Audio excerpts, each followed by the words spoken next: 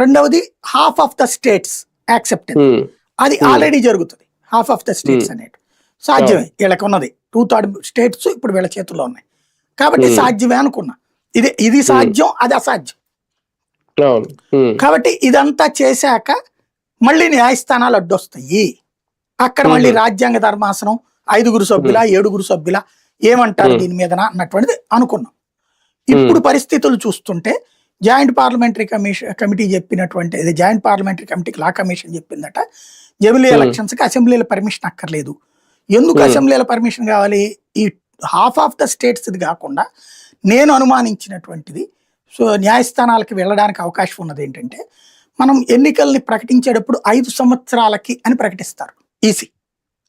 ఎన్నికల సంఘం 5 సంవత్సరాలకు ప్రకటించి ఎన్నికలు పెడతారు. అదే మీరు మధ్యంతర ఎన్నికలు అంటే ఒకడు బై ఎలక్షన్ జరిగింది అనుకోండి, ఆ టర్మ్ వరకే ఉంటుంది, 5 ఏళ్ళు కాదు. అట్లాగా వాళ్ళ టర్మ్ అంతవరకు నేనే నోటిఫికేషన్ లో ఉంటది. అప్పుడు ఆ లెక్కన ఇప్పుడు తమిళనాడు రేపు ఎన్నికలు జరిగిపోతాయి, రేపు జమిలీ ఎలక్షన్ అంటే 2 ఏళ్లకే, అది ఇప్పుడే పెట్టాలి.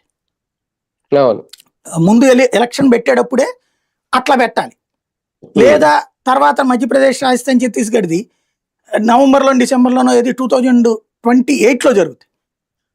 వాటిని ముందే క్యాన్సిల్ చేస్తే, అది 28లోనే అంటే ముందు వస్తే ఎన్నికలు అంటే వాళ్ళని